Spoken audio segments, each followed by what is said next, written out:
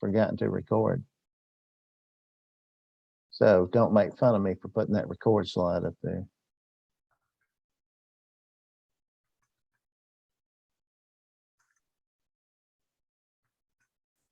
So again, thank you for being here. And all of these sessions are Zoom based and they're hosted by CTAT. And in nearly all instances, we post these on social media platforms such as YouTube. If you do not wish to have your picture displayed to public view, you may want to participate with your video turned off. Otherwise, your participation from this point forward serves as consent to have your picture posted via Zoom frame on digital media platforms used by CTAT. Again, thank you all for being here. I know that this takes up an hour of your month, but however, I think that it's so beneficial for all members to learn from each other. And the questions that you pose monthly and the answers we get are just incredible. And I can't tell you how much that we appreciate you being a part and how honored the CTAT staff are to be able to host these. Thank you so much. And thank you for being here. We have some breaking news. Everyone's always asking me where I get my hair done. And so you can go to any salon and you can ask them for the Boris Johnson. And so just go and ask them for the Boris Johnson and you can all have hair like mine. God save the Queen. And so it is the holiday season. And I always think of pretty pictures and music that everyone loves during the holiday season. And in 1963, the Beatles released the first of their Christmas albums. And they actually did 7 through 1970, and they were produced at EMI Studios. And the big song that year for the Beatles Christmas album was Rudolph the Red-Nosed Ringo.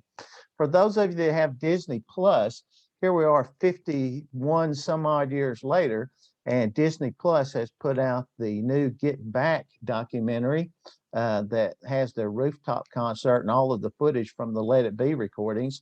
And so I just think that's a unique thing to point out because it seems like my hair gets gray, but the Beatles never age as long as they're on video from 1969.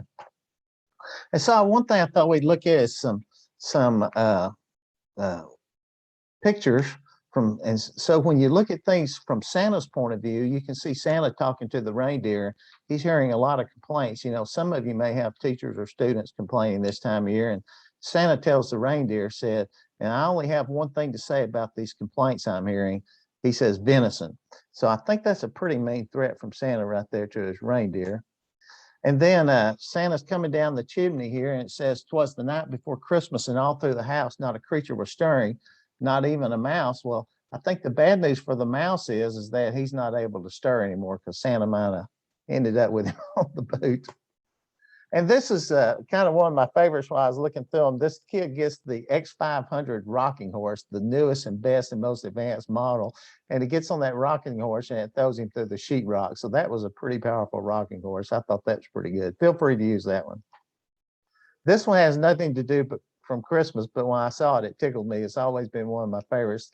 You got the 2 bears there in the scope and the other bear's pointing, giving his bear buddy up. He's wanting the other one to get shot in case you hadn't figured that out. And then here's a great one. The mice have opened up their little Christmas box full of goodies. And the Papa Mouse there says, or Papa Cat there says, "Oh, these ones are mice." Says, "Over here, there's hamsters and gerbils." And so he's picking them out like we do chocolates and trying to figure out by colors and where they are in the box and which one's good to eat, the mean cats. And here's a great one where the guy's coming in and he says, "Ma, get inside the house, a blizzard's coming because this giant hand's fixing to shake these little snow globe people." That's pretty good. And so I think if we can all just think of ourselves in terms of Clark and Eddie here from Christmas Vacation, because they ended up with a bunch of challenges and tribulations to start off that Christmas. The tree burned, they wrecked the car, the Christmas lights kind of ruined the neighbor's house, but through it all, they got through and they had a great Christmas and all working together. And that's what we do here at CTAT, is working together. And so thank you all for being here and making this such a positive experience.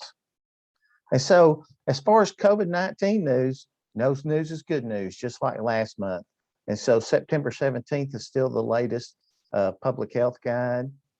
As far as other updates, again, like we always share, as far as our programming goes, we do the Next Gen Administrators, which meets just like this group, but on the third Thursday of every month at 1:30. And last year, the first group was so fantastic. I was worried about having another good group, but Robin, the second group of Next Gen Administrators is just as powerful as the first group. They're so engaging, and their questions are so great. And I really think they're appreciative, and they're going to be fantastic administrators when they move into district leadership overall. Of course, our monthly roundtables like we're on. The Winter 22 conference is coming up in February. And of course, we're still scheduling program evaluations for the spring now. All the ones for this fall have been closed, but still scheduling program evaluations for the spring if anyone needs one. Also, don't forget to subscribe to the YouTube channel. Anything like this roundtable that we have, we record and we post these on YouTube. And if you will subscribe and then click that little bell, it'll ring every time CTAT posts a new video. And usually we post 1 or 2 monthly. Don't forget to use the CTAT open forum. Miss Massey has just set up a community for Area 7. And I think one of the best things about the CTAT open forum is not only do you get to get input from people all over the state, but also the sharing the documents in the library feature is so beneficial to all the members. And again, there's the library feature like we showed you the past 2 months that shares the documents. Don't forget also, for those of you, this may be your first time on here this fall, you can go to the CTE website for the Texas Education Agency and sign up for the CTE newsletters. And also you can look at all the newsletters that have been archived this year, and that's very beneficial. And that's the way that you keep on top of the CTE info being put out. And that's the way you know if something's due, when it's due, by getting that state CTE newsletter from TEA. The winter conference is coming up in San Antonio, February 7th through the 9th. Registration is still open. Leslie says that we're having a record attendance for this time of year as far as people being registered. So I encourage you, if you haven't registered yet, go on there, sign up, and attend the winter conference, because I do know that it is some of the best content that we've ever had is going to be at this winter. And one of the best things about being a part of the CTAT staff that I've learned from being a career tech administrator is kind of the logistics and how things work. And I've never thought about it before, but the input and the feedback that you provide at a conference really goes into planning for the next conference. And so they had the big board up in Fort Worth, and people put sticky notes, and every one of those sticky notes and requests for content has been addressed. And so that feedback is really used and it's appreciated. And I think it makes the conferences better. So I think that you're really going to enjoy the content. And for those of you that are speaking, we appreciate it. And in looking at the presentations, it just really looks incredible. And so I'm really looking forward to the winter conference in San Antonio. As far as presentations, they are closed, which I think is one of the first times ever we've had presentations closed this early. But keep your presentation on the back burner, because we want you to present at the summer conference this summer. So keep your presentations handy, because we're going to need these, because we want you to present at summer conference if you didn't get it in for winter 22. As far as other updates, congratulations to Donna McKethan, as she was chosen by Governor Abbott to be on the Industry-Based Certification Advisory Council. And of course, Donna is the Career Tech Director at Waco ISD, and she has been a longtime member of CTAT. She's been on the board, and we just really appreciate Donna's contributions to the organization and appreciate her serving on these advisory committees. And the governor picked a good one there. And now we're going to go to Robin is going to update us on the State Board of Education's. If you haven't been paying attention to your to the administrator address or to the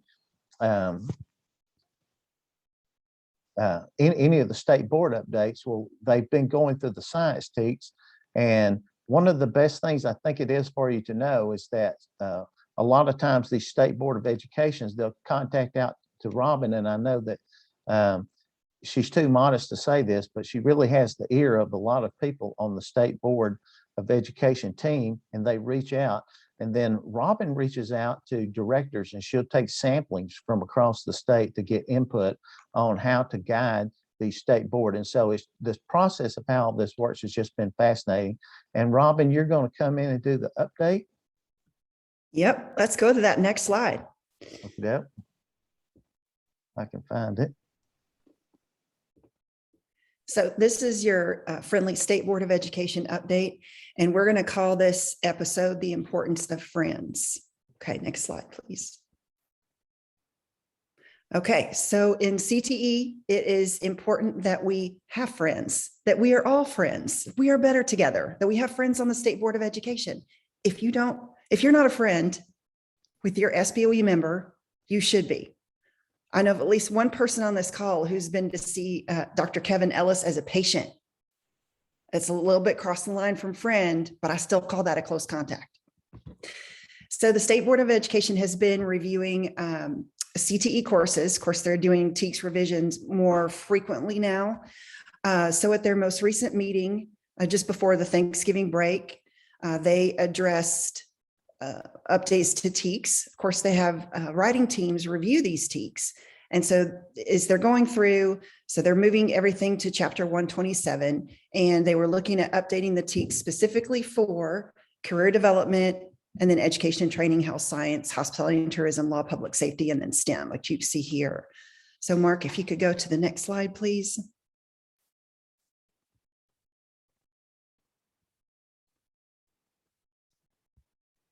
So the most important things to note are that for whatever reason, chapter 130 doesn't have enough room to accommodate all of our programs of study. And so everything's moving into chapter 127. So they can start at their numbering system there.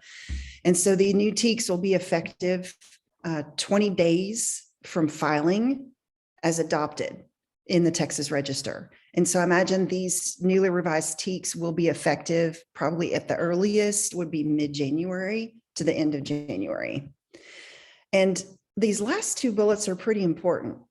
So in the current career clusters they're going through, for the courses that are under review, they're including new prerequisite requirements that support programs of study. Okay. And I'll show you an example of what that looks like. So the prerequisite requirements that I'm about to show you were a handout at the State Board of Education meeting. They were not posted publicly for comment. And so Mark's being modest when he says it's all me because it's all him. I got to tell you. So we got a call from one of our friends on the State Board of Education said, hey, I just got this handout and we need to know, we need some input from the CTE community. And so Mark's always available for me to call him too. And so we were taking a look at this. So here's an example. So for courses like these two that satisfy science credit, you see what they're adding in. So it's an advanced course recommended for students in grades 11 and 12. And so it'll say prerequisite 1 credit in biology and at least 1 credit in a level 2 or higher course from a health science cluster. And so that's kind of the pattern that was followed in this handout. And so I don't know if there's anyone on this call who participated on the writing teams. And if anyone has, I would definitely be interested in asking if you guys put forward these recommendations or if this came from somewhere else. But when Mark was looking at this, go ahead, Mark. I'm gonna tell you, this is how important friends are. So Mark took a look at this. And so we're looking at all these classes that satisfy science credit. And then he gets to forensic science. Oh, wait, you can back up one.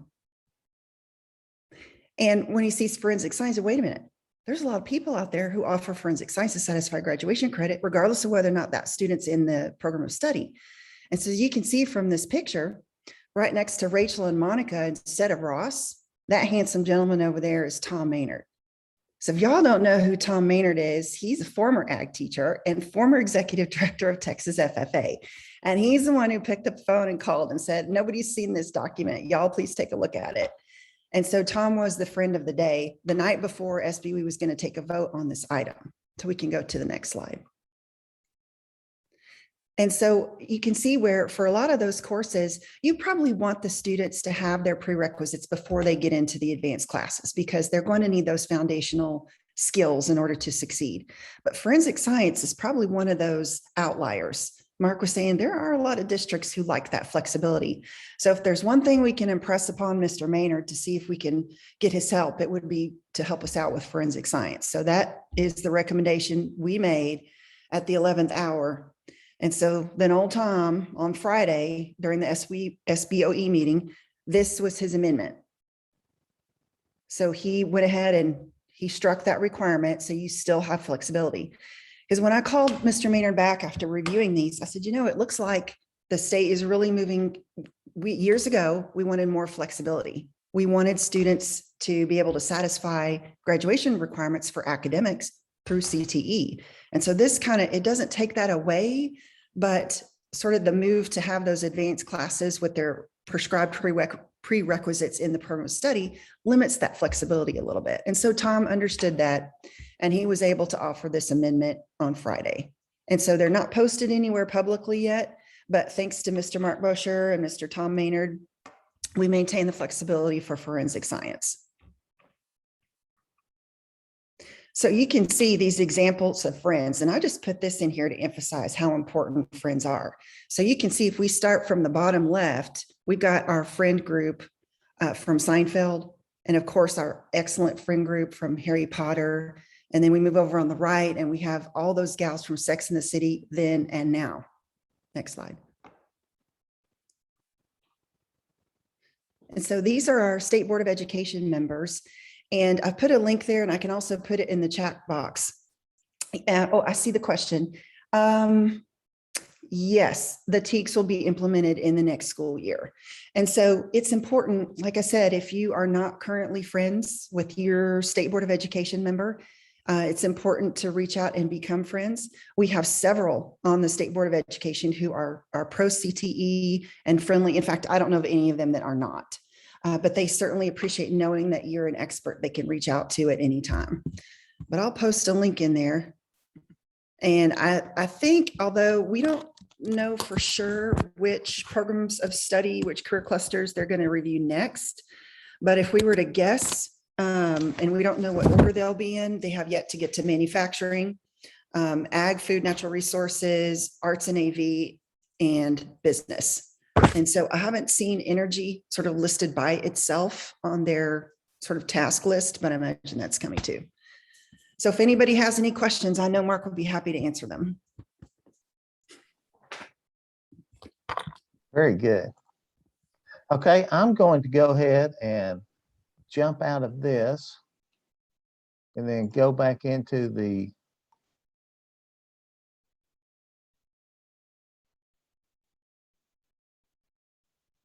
gallery mode.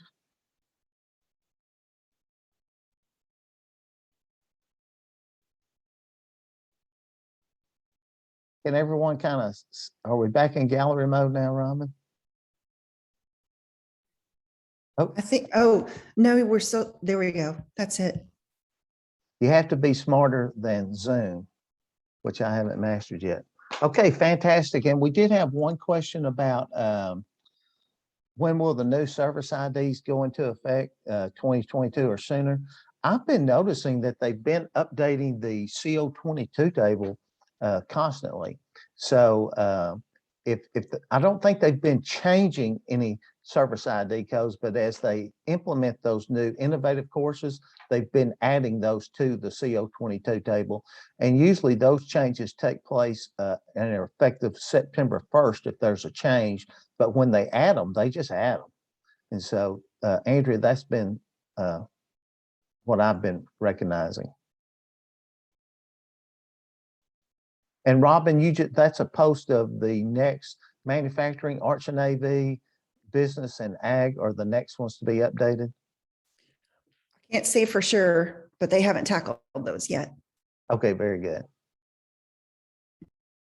Okay, fantastic. Does anyone have any comment on the SBOE, Ms. Morgan? Yep, just trying to find that unmute button. Can you hear me? Ma'am. Okay. Hey, so that's really interesting info, Robin. I hadn't heard about that stuff, so that's good to know. So as of right now, the only thing that's been changed was the forensics one. So Dana, I knew you were going to ask this. So let me pull something up for you over here. Hold on a second. Even with the health science one, I had a, could you get before you got to forensics, jump back to that health science one, because we may have a lot of things that if all of the CTE folks start to put their eyes on it, a lot of concerns where this.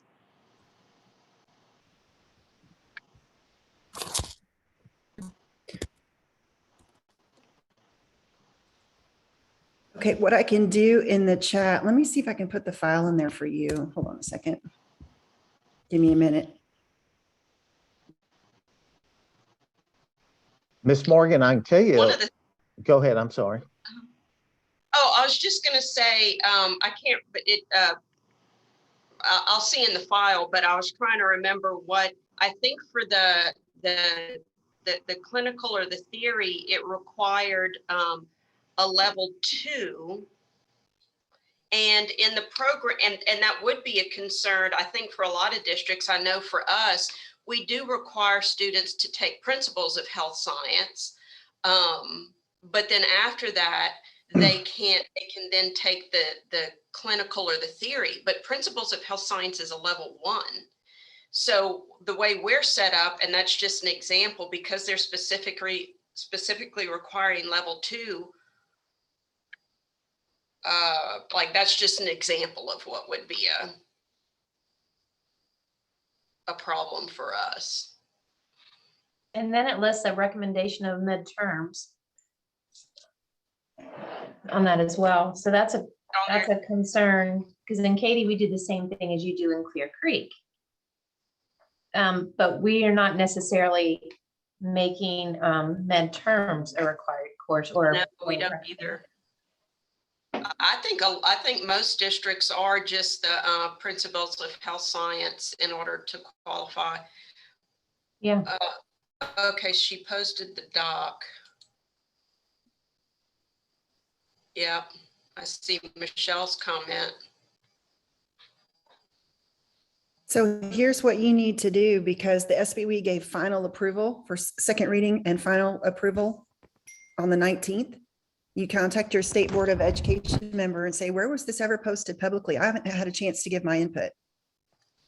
And thank them for their time and provide it and ask if there's anything they can do. Ms. Morgan, we also specifically looked at that one, and it is that they're recommending medical terminology. They're not mandating it. The only mandating is that one course out of the career cluster, because we talked about the exact sequence that you're discussing. Okay. Principles of health science straight in as a sophomore per se, and then into health science theory as a junior, maybe, and so we talked about that specifically, and it was a recommendation and not a mandate. The only mandate is that they have one course out of the health science cluster prior to being in health science theory, which would be the principles. Okay. And yeah, I do see that now. It doesn't say the level 2 on that one. This is a good document to have. I'm just noticing another one. The pathophysiology does require a level 2 or higher. And again, we wouldn't be meeting that one. Many of our students, I believe, take pathophysiology as a 4th year science credit. So they'll have the biology and chemistry, but they may not have any of the health science courses. So that's just some stuff. This is definitely okay. Wow. Well, okay, good document. This is really pertinent because I'm going to tell you that the TEA or the CTE leadership meeting was canceled in November. So we didn't even talk about it prior to that. So. And Robin, you may want to address this, but you talked to Tom Maynard specifically about like pathophysiology and some of those other courses. And the board knew that that was happening and they wanted to do it to make the programs of study more solid. Am I saying that correctly? Well, I don't know that Tom was trying to speak for the whole board necessarily, but when we talked about it and I said, it looks like, we're moving away from that general flexibility we were after several years ago, and this more fully supports those programs of study. And he said that as an ag teacher, they had a lot of discussions with counselors about not putting students in the advanced classes when they weren't ready for them. And so that was his personal feedback when we talked about it. And so, but he understood and was very supportive that there are instances where students really need the flexibility to earn it and not be, not necessarily have that path through a program of study.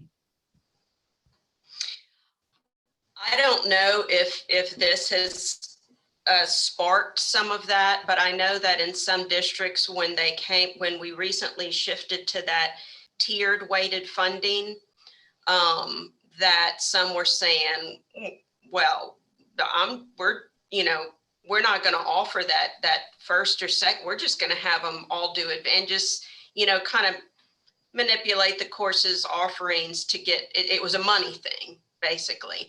And so I kind of wonder if some of this is coming from both that, what you're saying to kind of strengthen this concept of program of study, that along with ensuring that districts aren't intentionally skipping first tier funding to go on to the next one for financial reasons.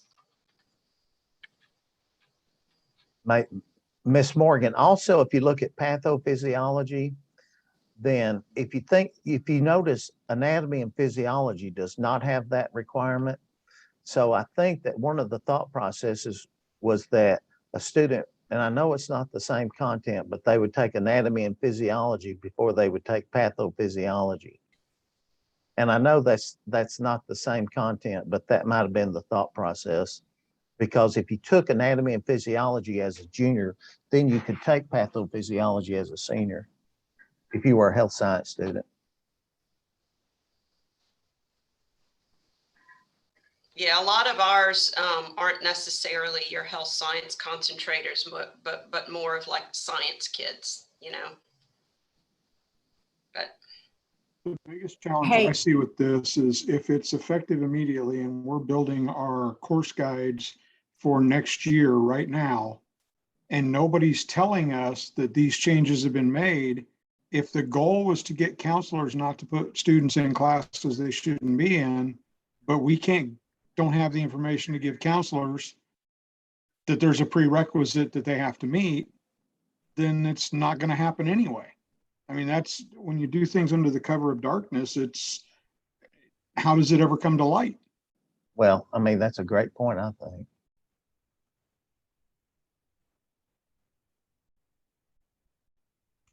Mark, I have a question, or maybe it's a question for Robin, but Robin, on this form, that example that you just showed us for forensic science, it doesn't show that one line struck through about the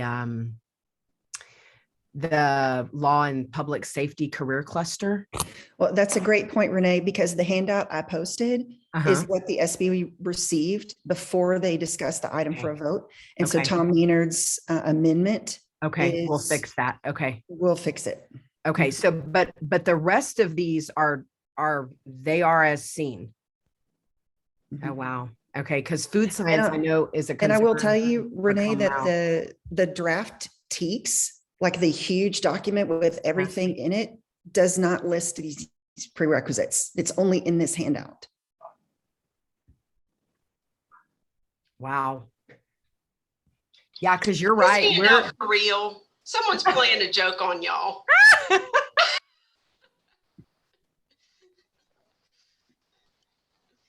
I'm sorry, Renee, go ahead.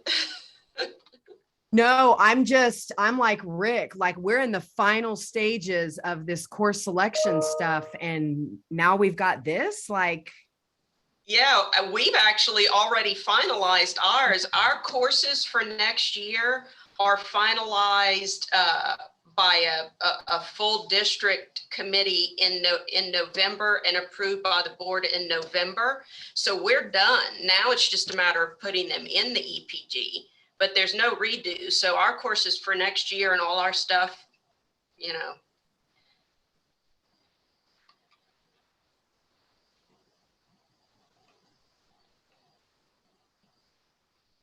Mr. Porterfield's on there saying they already have students selecting their courses. That's how far along they are in the process. Can we just hold steady for just a little while so we can get used to one thing?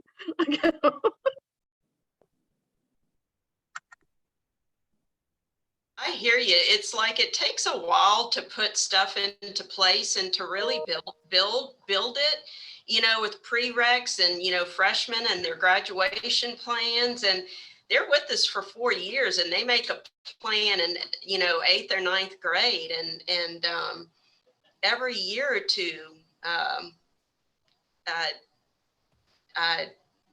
don't know, TEA, SBOE, whoever, state, I don't know. We're being thrown some curveballs here. And I feel like we work so much to keep up with things that we don't get a chance to get ahead of things. But that's my soapbox. I think in the TEKS though, there is a provision that says if the student, if the district makes a decides that the student has the ability to take that class, then the district does have that flexibility. And that should be in 7411, 7412, 7413. I'll be looking that Mark, up you're while you right. discuss. It is? Yes, sir. This is Denise from Temple, and you are correct. That is in the TAC. Right. Okay, very good. And that's I'll find it in code, but it's 7411, 7412, 7413, somewhere right in there. Robin, this is Denise again from Temple. I did want to ask though, was this posted? Did you say this was posted somewhere and we just didn't see it, or it wasn't posted and that's why we didn't see it for public comment? Or That's a Did I miss great that? question. And the answer is that the handout with the prerequisites was not posted publicly. so what we need to do then is contact our representatives and just ask, where was this posted? I'd like to give comment, help me out. You can do that. Okay. But if you do, you probably want to approach them with a specific recommendation. If you see something that you want to have changed in particular, they would appreciate you pointing that out because this item is a long item.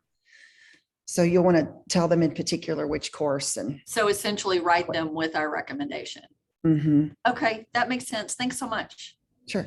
I just posted, it was in, I went in and looked at Texas Administrative Code and that says 7411 and it is J2 and it says unless the student has demonstrated equivalent knowledge as determined by the school district. So that does give you enough flexibility, I think, to make decisions that the student has got prerequisite knowledge, another method other than just taking the prerequisite course. And that's posted in chat and I'm going to post the, I'm posting the link to that right now. Hopefully that helps. Oops. Let's see. Mark, I copied it, pasted it, and put it back in the chat for you. Okay, very good.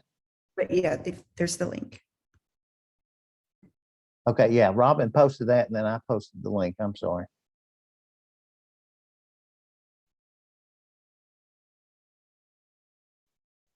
And Miss Ayers, you saw that too, right? Y'all have used that, it sounds like. Yes, sir. That's correct.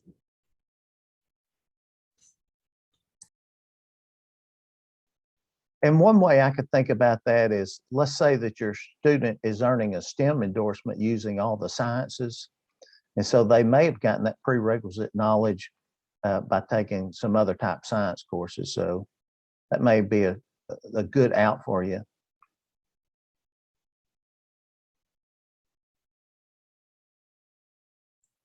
Robin, I know you said that the TEKS will go into effect mid to late January. Did they make a lot of changes to the proposed TEKS?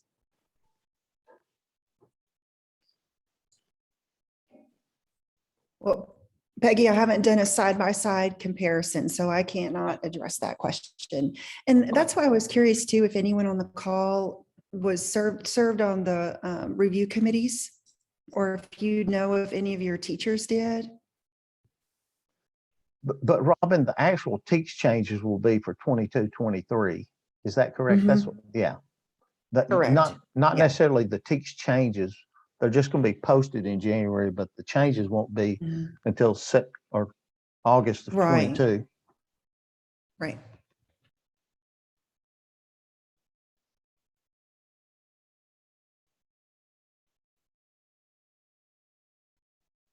Vonnie, it wouldn't be interesting if they didn't make changes midstream. That's what keeps it. That's what keeps it interesting and the river flowing. Well, I have stopped coloring my hair. I'm done. Just let me go. Go Let get me that. go because I can't afford the hair dye anymore. You can go get that Boris Johnson at any time. Just tell him I sent you. So has there been any talk about updated textbooks to match the new TEKS?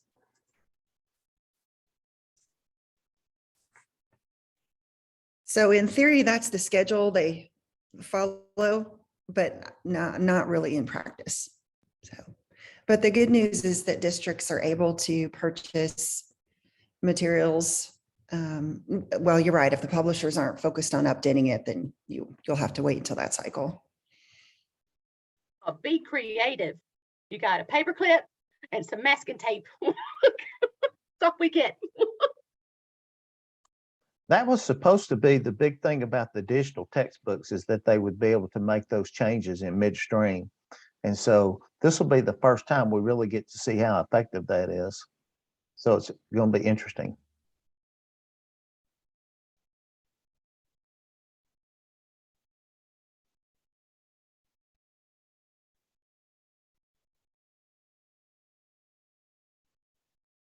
Any other questions about the State Board of Education updates?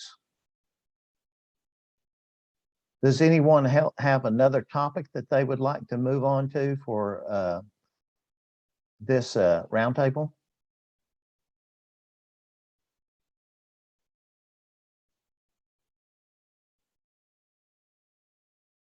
How many people have already, by show of hands, registered for conference? Oh, very good. Mark, one of the questions that's come up, this is Eric Winkleman in El Paso, Hey, Eric. is are we better off with the new weight system than we were before? Because several things, now that we have an opportunity to compare, a lot of us are worse off than we were. We're better off with the 1.35. Eric? And I'm wondering if that's following through with everybody else. Well, it's interesting you said that, because I was talking to Jason Hudson last night on the phone, who's a mean person by any, if y'all didn't know. He was trying to turn the zebras into the blue bonnets. But anyway, we'll get past that. But I was talking to Jason Hudson last night, and it seems like anecdotally, every time I visit with someone, it looks like they're getting more money. And that's what Jason said they were doing at Wiley, they're getting more money. So what's everybody kind of thinking? Does it look like you're getting more money or less money with the new tiered funding program? That's a great question, Eric. And then I guess my second part is there anything we can do about the courses they left off, like SRD2, SRD3, Principles of Technology is a big one in our district, and that one's not being funded because it didn't land in a program of study, which it should have been in the STEM program of study. Agreed. Yeah. And emerging technologies, there are several of them, Yeah. career prep too. And PT or whoever else is on, I was trying to look and see who I could see that was on here that may be on that leadership committee from TEA. Have y'all discussed that yet as far as changing which programs of study or where the courses are going to be added to programs of study or not? Because that is a Texas Education Agency decision and not necessarily a SBOE.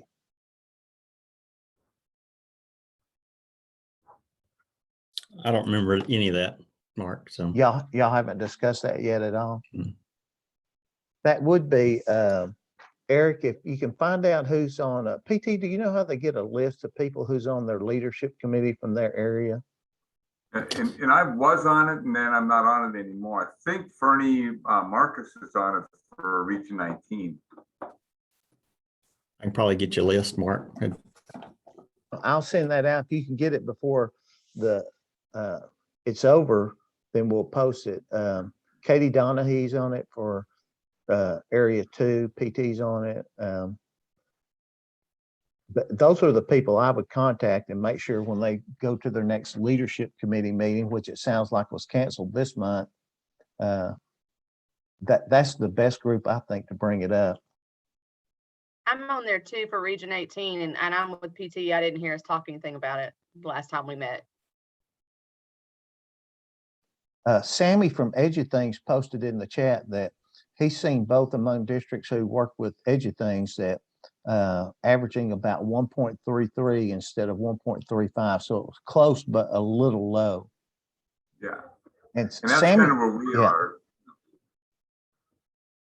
I'm interested at the end of the year because Sammy's going to be able to put together some hard data because like I said, just anecdotally speaking to districts, it sounds like most are getting a little more money, but that's just conversation. I think what you're going to see, Eric, is that the bigger the districts that offer more robust CTE programs that have programs of study all the way through, you know, with 4 credits are going to be receiving a little bit more money than the districts that maybe don't pay as much attention to CTE and to the program of study alignment. So more than ever, I think CTE leadership is important in the district as if it wasn't. And I think the bigger districts are getting hit harder than the smaller districts is what I've heard. Especially if they're not paying attention.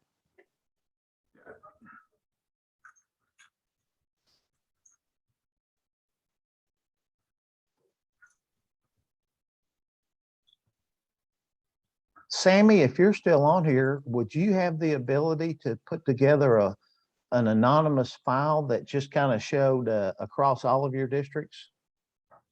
I don't know if Sammy's still in here or not. I think I can probably put something together that would give an overall view, and still keep it, you know, within our privacy guidelines. We sure would appreciate that because that would kind of give us a better idea of where the districts are standing after the tiered funding. And we'd have a good sample size, I think, from all of EduThings. Yeah, I think so. I'll put that on my to-do list maybe before next month's meeting. Okay, you guys, yeah. I just went back and double checked. I'm looking at the materials from the SBOE meeting and I am wrong. I do see it now. I don't know if this is the same document they posted for the meeting, but I found on page 125 of 655 pages, the first reference to the prerequisites in the level 2 course in health science program of study, for example. So I just want to make sure. So Robin, you're saying it was posted. I see it now. Yeah. I went to their materials and scrolled down to look at the attachment on their agenda file.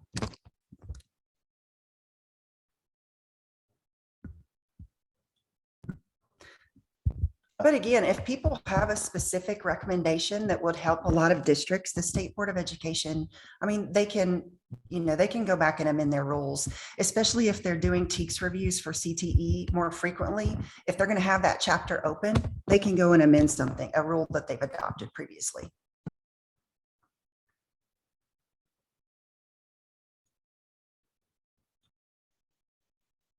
Excellent. Miss Harris, you have your hand raised very politely. Do you have a question?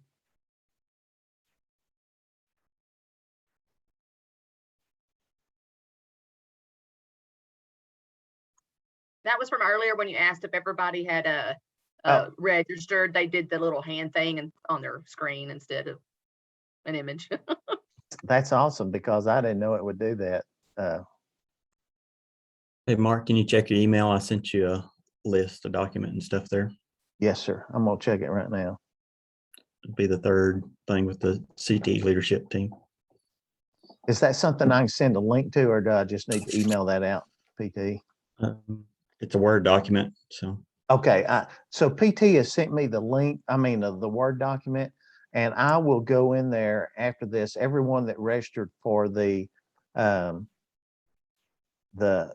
roundtable, I will send out that list of area representatives for that CTE leadership committee, and that'll be the group I think that has the most influence on changing the program to study. Mark, have you heard anything yet about this ROTC CT credential test that they've sent out to all these ROTC instructors? Well, oddly enough, you and about 2 or 3 others sent me that information, and I contacted the sergeant or whoever it was that was in charge of it that's out of state. And so as it turns out, in ROTC in some states are CT or fall under career tech. And then, however, that certification is not on our list of 244. Now, it gets a lot more complicated if you're doing a different list for your district for the Foundation High School graduation program. You could theoretically put that on there, but that gets a lot more complicated. And I think that, Robin, didn't you have contact with someone too regarding the ROTC, or was that just with directors? I was responding to a question in the chat. Could you repeat that? Yeah, no, I was wondering, you made contact with those folks too, or something regarding the ROTC, it coming under CTE?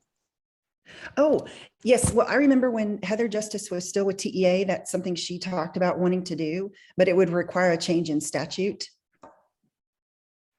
And it would have a physical note because those students that are not currently in CTE would be put under CTE. So then that would add all those full-time equivalents. Oh, yeah. So it would have a physical note. And Yeah, I'm fine with sharing it. Our ROTC instructor sent me the whole layout of what it was supposed to be, said that CTE directors or coordinators are supposed to be proctoring this exam for these students. And that CTE was paying for them. And I'm like, no, we're not. But I didn't know what the ones are seeing or if there's a way that we can address this. I'm sure we're not the only school that our ROTC instructors are having this. Amy, I looked into that. One of our instructors contacted me as well. And what it seems is this initial push is for states where ROTC is not under CTE. Hoping that your CT department and ROTC departments would get together and talk to legislators about putting this in because of the value. This is the benefit for doing this. And that's what that initial email was for. Because I got the same question, when can we start this? And I said, we can't. ROTC does not fall under CT at this point. Okay, perfect. And 2 things would have to happen, Amy.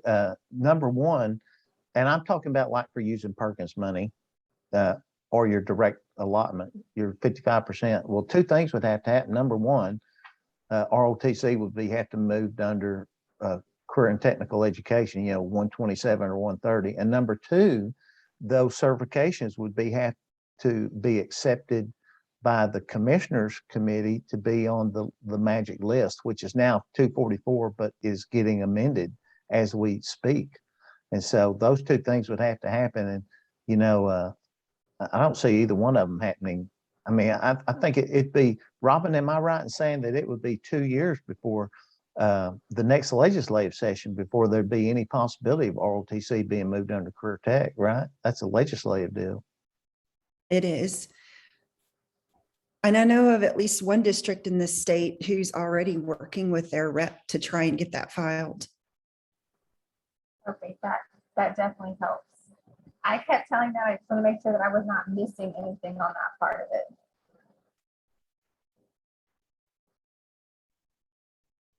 Excellent. Thanks, Michael. Cleared up. Yeah. Todd Gibson is asking, yes, that's referring to the leadership and employability assessment.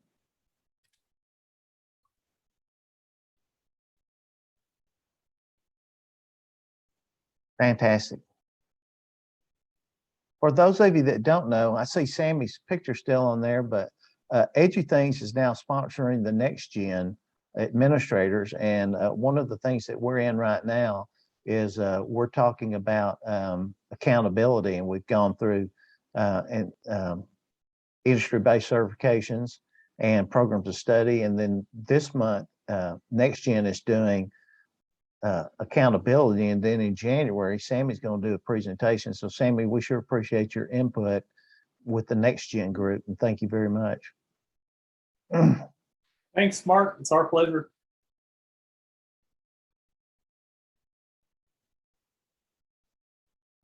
Okay, we have about 6 minutes left before we reach 3:30. Are there any more comments or questions for the general group? I have a question. This is Michelle Delozier from Hereford, and I just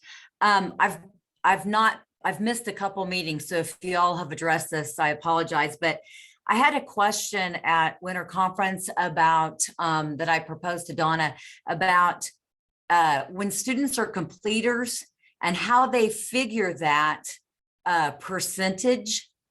And then you have a student who's a completer, but then in another program of study, they're a concentrator. And so it almost like counts against you in the numerator and the denominator. Has that been, she said she would look into that. And I didn't know if you guys had talked about that or something's been done or addressed.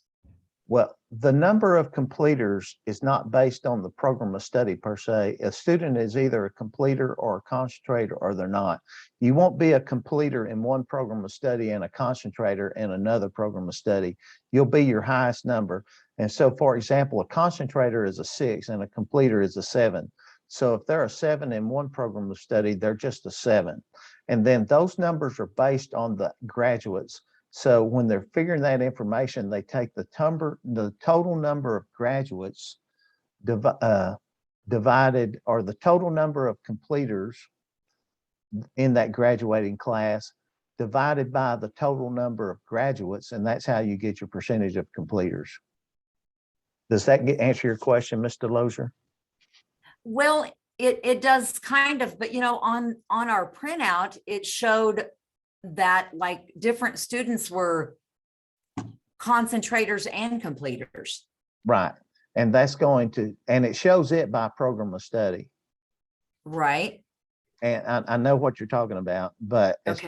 as far as being, as far as counting in your overall data, Right. then they're they're whatever their highest ranking is. Okay. So if they're a Okay. completer, they're a completer. Okay. Because they could be well, they couldn't be an explorer, but they could be lower, if they took just one random class. Let's say they took Hunter Ed and Ag just to get their Hunter Ed certification. So that'd only be one course in that program to study. So Right. ultimately, they're the highest ranking, I guess. Okay. I just wanted to make sure that it wasn't basically if they were a completer and a concentrator in two different things, that one wasn't kind of basically like canceling out the other one, because they only got to be a concentrator in one. So, or in the second program. That is a great I see question. what you're saying. Yeah. Okay. Yeah. Thank you. You're welcome. Mark, Go ahead. Mark, I'm sorry. Mark, not to beat this one too hard, but back on those prerequisites that they set for the courses, both medical micro and pathophysio are also in the STEM cluster. And they're part of the biomed program of study. However, it says here that the students need to take at least one course in health science. I mean, it's not only in the health science cluster, it's also in the STEM cluster. So if you follow principles of biomed, biomed 1, biomed 2, and then you pick patho or medical micro as your fourth course, the students would not qualify on the prerequisite. Well, that's a great point, and I didn't even know that, to be honest. Does anyone in the group have a comment on that? I think what I would Eric say is, that's go where ahead, it's I'm saying. important to reflect back to the TAC, where it talks about the district identifying eligibility for students, because it would make sense that if students have been through the other courses in the STEM pathway, that this student would be ready for that course. It's still so inconsistent, though. I mean, it's a shame that the document is contrary to everything else. True.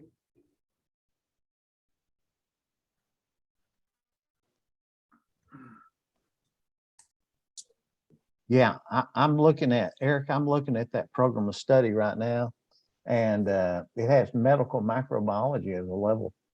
Well, it doesn't have medical terminology. Which would you ask that? Pathophysiology is a level 4. Yeah, pathophysio and medical micro both say, and at least one credit of coursework in health science career cluster. Yes, we just implemented that program of study, and that's, I mean, it's problematic. Yeah, that's what we did too. We just put it at our Young Women's Academy, and we don't have health science there. So all of a sudden now they're not going to qualify for either one of these courses. Well, I would go with what Miss Ayers said right there, because, and I would use that program of study as my justification for letting students take that course, because they're meeting prerequisites within a program of study. I wouldn't, I mean, I personally, I wouldn't hesitate to use that for that. Yeah, and maybe down the road, they're still going to do away with the STEM cluster like they talked about a couple of years ago and put it in the health science. Then it would make sense. But right now, as long as it stays in the STEM cluster, it's not going to make sense. And sometimes, you know, we try to tell counselors, follow prerequisites, follow prerequisites. Oh, by the way, here's the exception. You know, all of a sudden it becomes a lot of exceptions. And I like holding to my prerequisites that the state sets so that I don't have to fight them. It's hard enough when we flex the rules, especially in a large district. When you have 11 high schools, you're trying to keep consistent.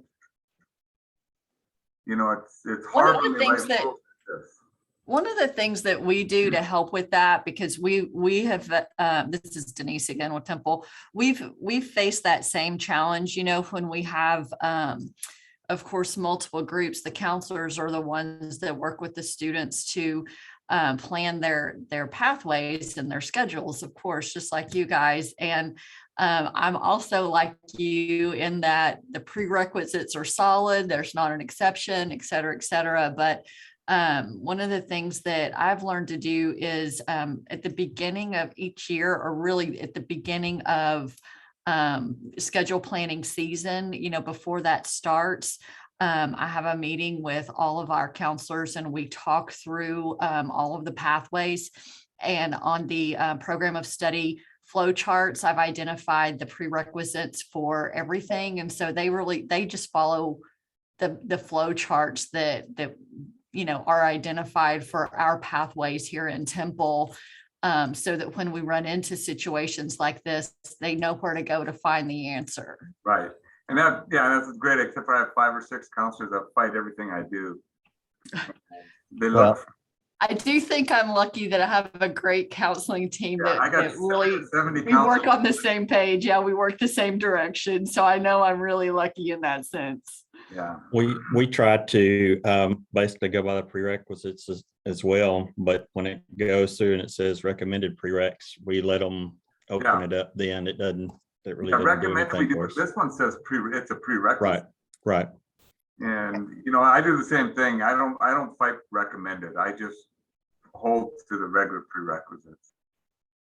And it would be a pretty easy fix because you could say one course in health science or biomedical sciences.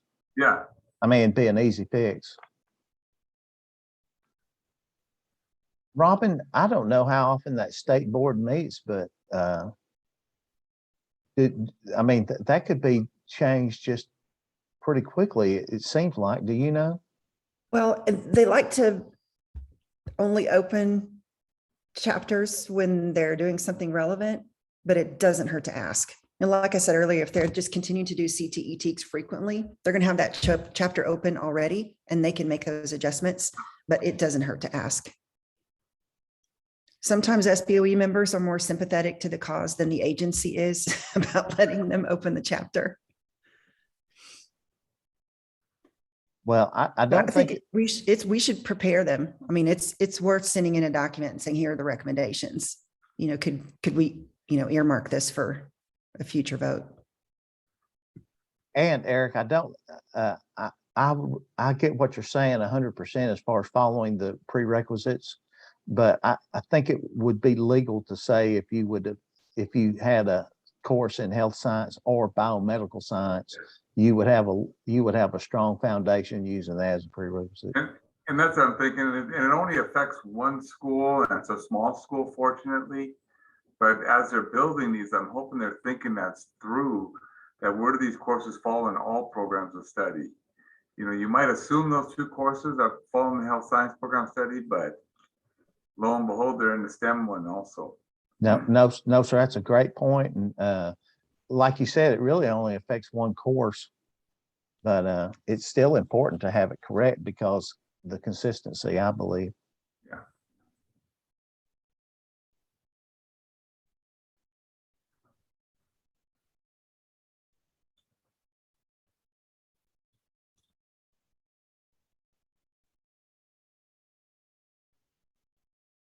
Miss Anderson posted what their district does with health science programs of study. And Miss Anderson, I've seen a lot of districts do that, start with medical terminology.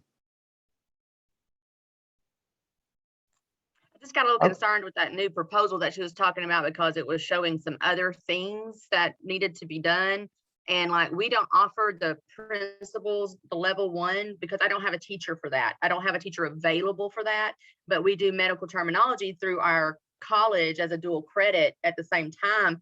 So we're able to utilize them as our teacher rather than having someone here on campus. So if that gets changed, I'm not sure if I'll have the full ability to take care of that program of study. Okay, if does anyone have anything that they would like to bring up before the group before I stop recording? Because we're pretty close to an hour and that makes a good recording size to be able to handle the file. So if you have something else, I want to make sure we get it in, but if you don't, I'm going to hit stop recording. Anything for the general group? Well, as far as the recording goes, we're going to stop right here and we appreciate you having input to it. And so I'm going to stop the recording now and thanks for being here.